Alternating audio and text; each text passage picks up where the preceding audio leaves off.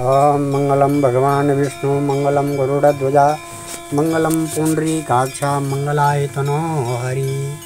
ओम नमः श्रेष्ठो या सर्वरूपा जगद्वन विदु पालनी या शिरोद्री संगारे चापि यस्या जगदिदमखिलं क्रीडनं या पराख्या पश्यन्ति मध्यमाथो तदनु भगवती बैखरी वर्णरूपा सास्मद्वाचं प्रसन्ना विधिहरिगिरिसाराधितालङ्करोतु तव च काकिलना स्तुति अम्बिके सकलशब्दमयी किलते तनो निखिलमूर्तिषु मे भवद अन्वयो मनसि यासु बहिः प्रसरासु च इति विचिन्त्य शिवे समिता शिवे जगतजातमयत्नवसादिदं स्तुतिजपार्चन चिन्तनवर्जिता न खलु कांचन कालकलास्ति में। हम भगवान के चरणारविंदों में, देवी के चरणारविंदों में नमस्कार करके इस भगवान के विविध अवतारों का वर्णन आगे बढ़ाते हैं। जन्मजय ने पूछा, मुनिवर, भगवान विष्णु ने शुक्राचार्य का शाप सत्य के लिए करने के लिए किस प्रकार अवतार धारण किया?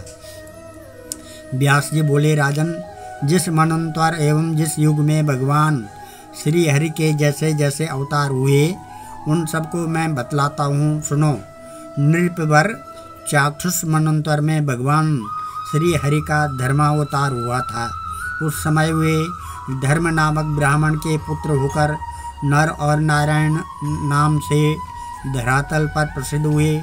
इस वैवस्वत मनंतर के दूसरी चतुर्युगी में अत्रि के पुत्र बनकर भगवान धराधाम पर पधारे थे। वह उनका दत्तात्रेय अवतार था। देवताओं का कार्य सिद्ध करने के लिए चौथे चतुर्युग में भगवान का नरसिंह अवतार हुआ था। श्रेष्ठ त्रेता युग में बलि का शासन करने के लिए भगवान ने वामन रूप से वसुधा को पवित्र किया था। 19वें चतुर्युग के त्रेता में भगवान श्री हरि का परशुराम अवतार हुआ था। राजेंद्र त्रेता युग में भगवान का रामा अवतार हुआ था।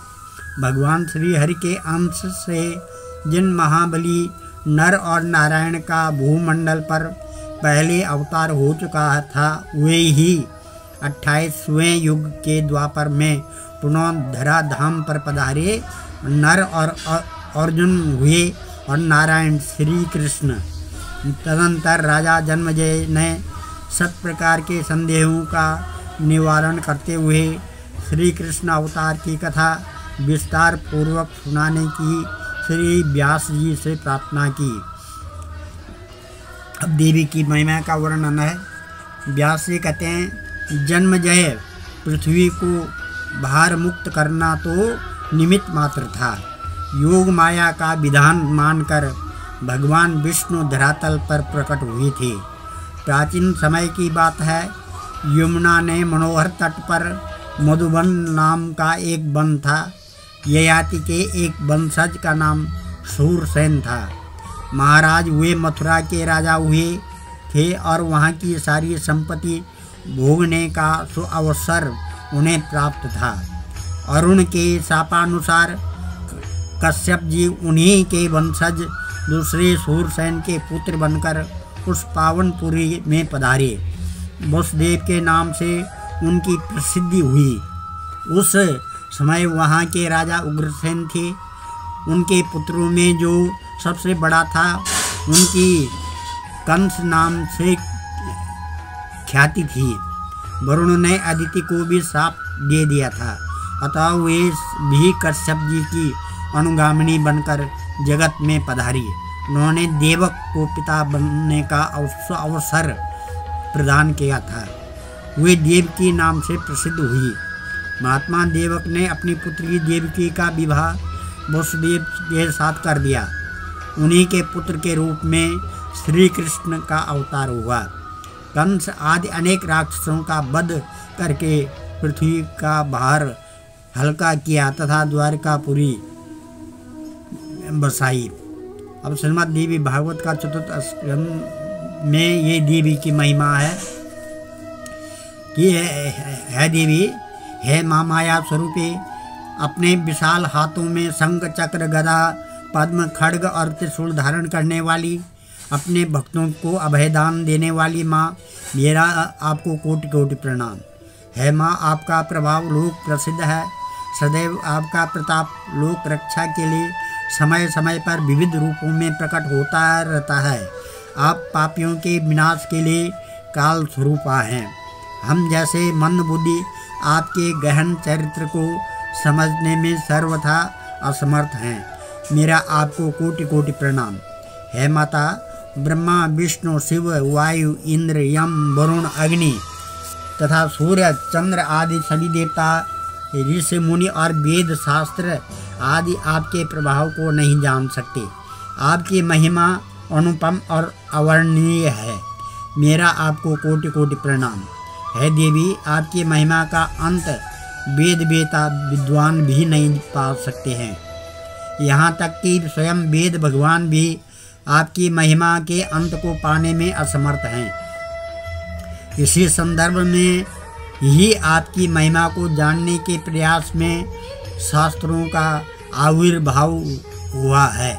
हे माता, मेरा आपको कोटि कोटि प्रणाम। है जननी, अन्य देवी देवताओं को छोड़कर एकमात्र आपकी शरण में आने वाले और आपका पूजन करने वाले सचमुच धन्य हैं। वस्तुतः आप जैसा अपने भक्तों के लिए कामधेनु स्वरूप और कोई भी देवी देवता नहीं है। माता, आपने ही संसार के सभी पदार्थों की सृष्टि की है और आप ही सभी पदार्थों की प्रभावमयी शक्ति है। वस्तुतः जिस प्रकार नट अपने बनाए नाटक में स्वच्छंद विचरण करता है, उसी प्रकार आप इस संसार में लीला करती है। मेरा आपको कोटि कोटि प्रणाम। है भगवती, इस संसार को बड़े से बड़ा कोई बुद्धिमान आपके चरित्र को समग्रता से नहीं जान सकता है। मुनिगण, नारद तथा सनकादि भी आपकी महिमा को जानने में असमर्थ हैं। वस्तुतः आपका चरित्र अनिवर्चनीय है। मेरा आपको कोटि कोटि प्रणाम। है अम्बे, यह मेरा संसार आपके गले में माला के समान विभूषित हो रहा है।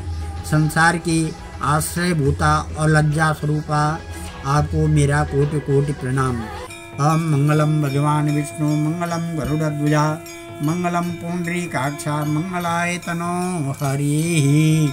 ये श्रीमद् देवी भागवत का चौथा स्कंद समाप्त होता है।